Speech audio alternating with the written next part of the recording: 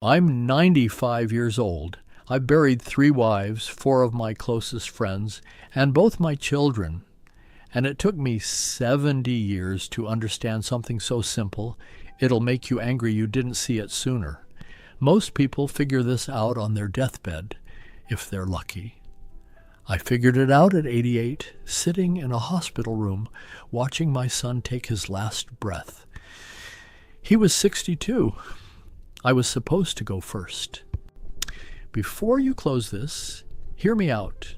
My name is Harold. I was born in 1930, lived through the Depression, fought in Korea, built 3 businesses, raised a family, did everything I was supposed to do, checked every box, and for 70 years I thought I was doing it right. I wasn't. See, when you get to be my age, you start seeing patterns. You watch people come and go. You watch them chase the same things you chased, make the same mistakes you made, and you want to grab them by the shoulders and shake them and say, "Stop, you're doing it wrong." But nobody listens to an old man, not until it's too late. So I'm going to tell you what took me 7 decades to learn, and I'm going to tell you in plain English, no sugar coating, because I don't have time left to waste on being polite. This isn't about money. It's not about success. It's not even about happiness. It's about something deeper than that. Something I missed completely until I was staring at my son's hospital bed, holding his hand, realizing I'd wasted 70 years chasing the wrong thing. Let me take you back to 1955. I was 25 years old, just got back from Korea, got married to my first wife, Dorothy. Beautiful woman. We had our whole lives ahead of us, and everybody told me the same thing. Work hard, provide for your family, build something, make a name for yourself. So that's what I did. I worked 60, 70 hours a week, opened a hardware store, then another one, then a third. I was building an empire, or so I thought. I was going to be somebody. I was going to matter. Dorothy would say, "Harold, come to bed. It's midnight." And I'd say, "Just 1 more hour, honey. We're building our future." You know what happened? She stopped asking. She stopped waiting up.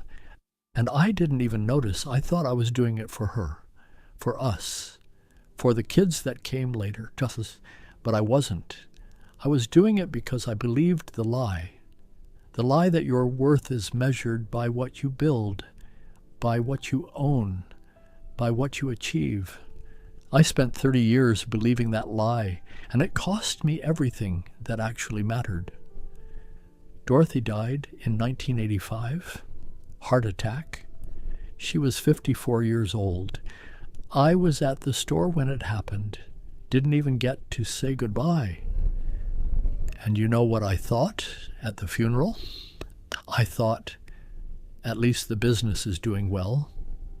That's how deep the poison went. I remarried 2 years later, woman named Claire.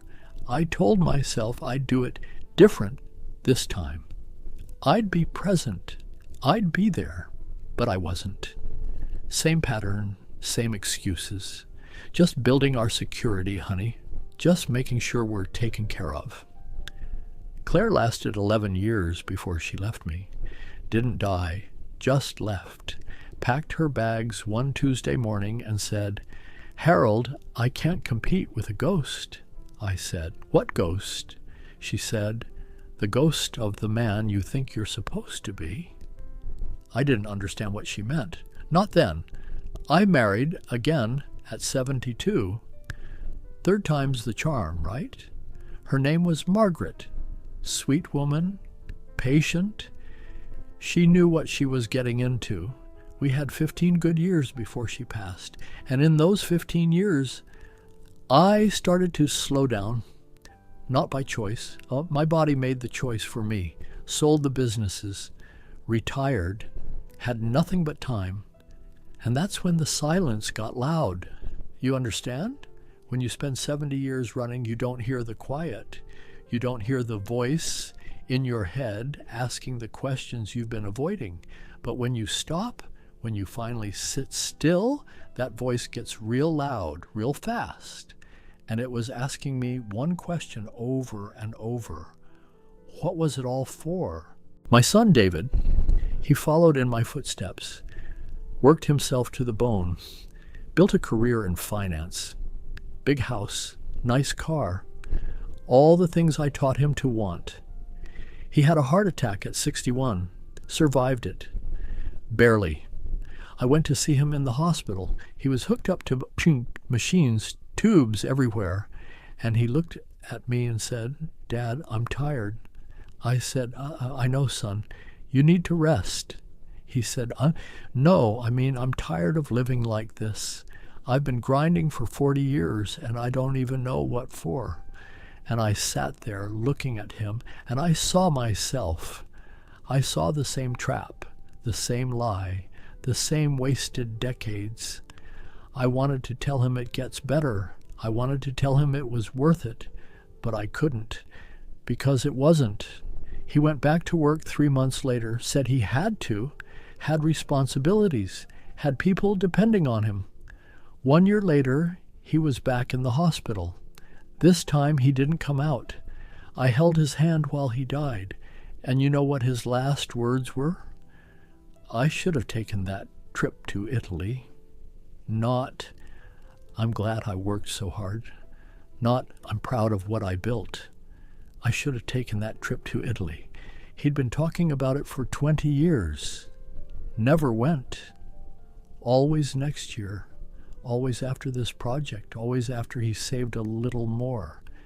And then there was no next year. That broke me. Sitting in that hospital room, watching them unhook the machines, I finally understood. The thing I'd been chasing for 70 years, it didn't exist. There is no finish line. There is no moment when you've done enough, built enough, achieved enough. The goalpost keeps moving. It always moves. You think, when I get the promotion, then I'll relax. You get the promotion. You don't relax. You start chasing the next one. You think, when I have enough money, then I'll take time off. You get the money.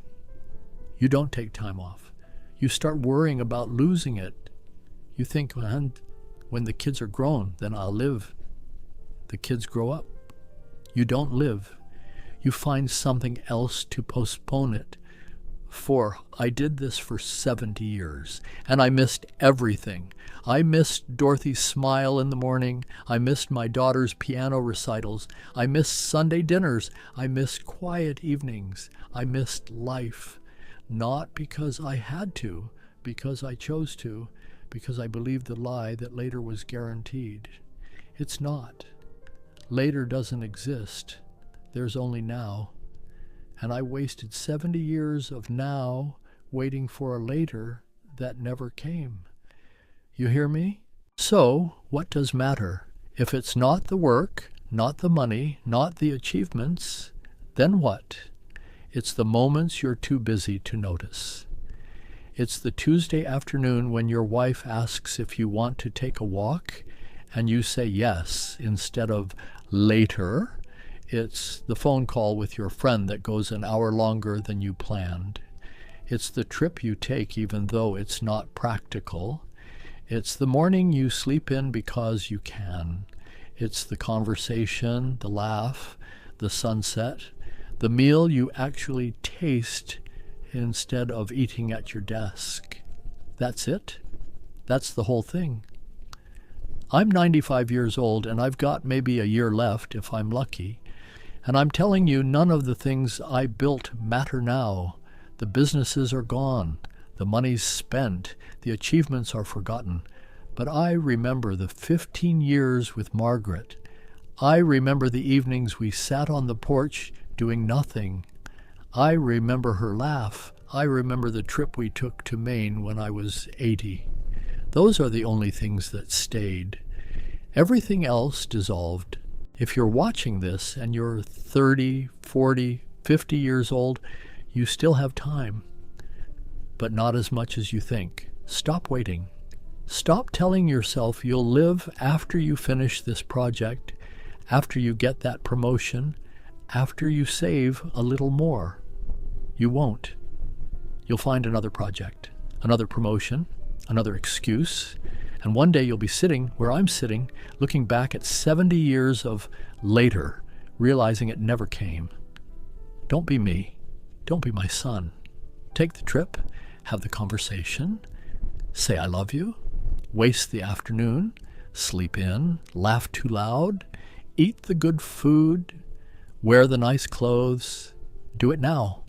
Not because you might die tomorrow, because you might live another 50 years exactly like you're living today, and that's worse. I'm 95 years old. It took me 70 years to understand something a child could have told me. Life isn't later, it's now. And I'm telling you this because I don't want you to learn it the way I did. In a hospital room, holding your child's hand, realizing you wasted it all chasing a lie.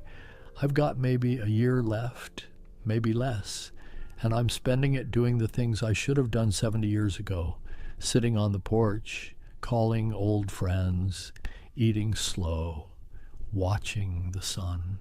Not because I'm old, because I'm finally awake. Don't wait 70 years like I did. Wake up now. I'm tired now. Go live.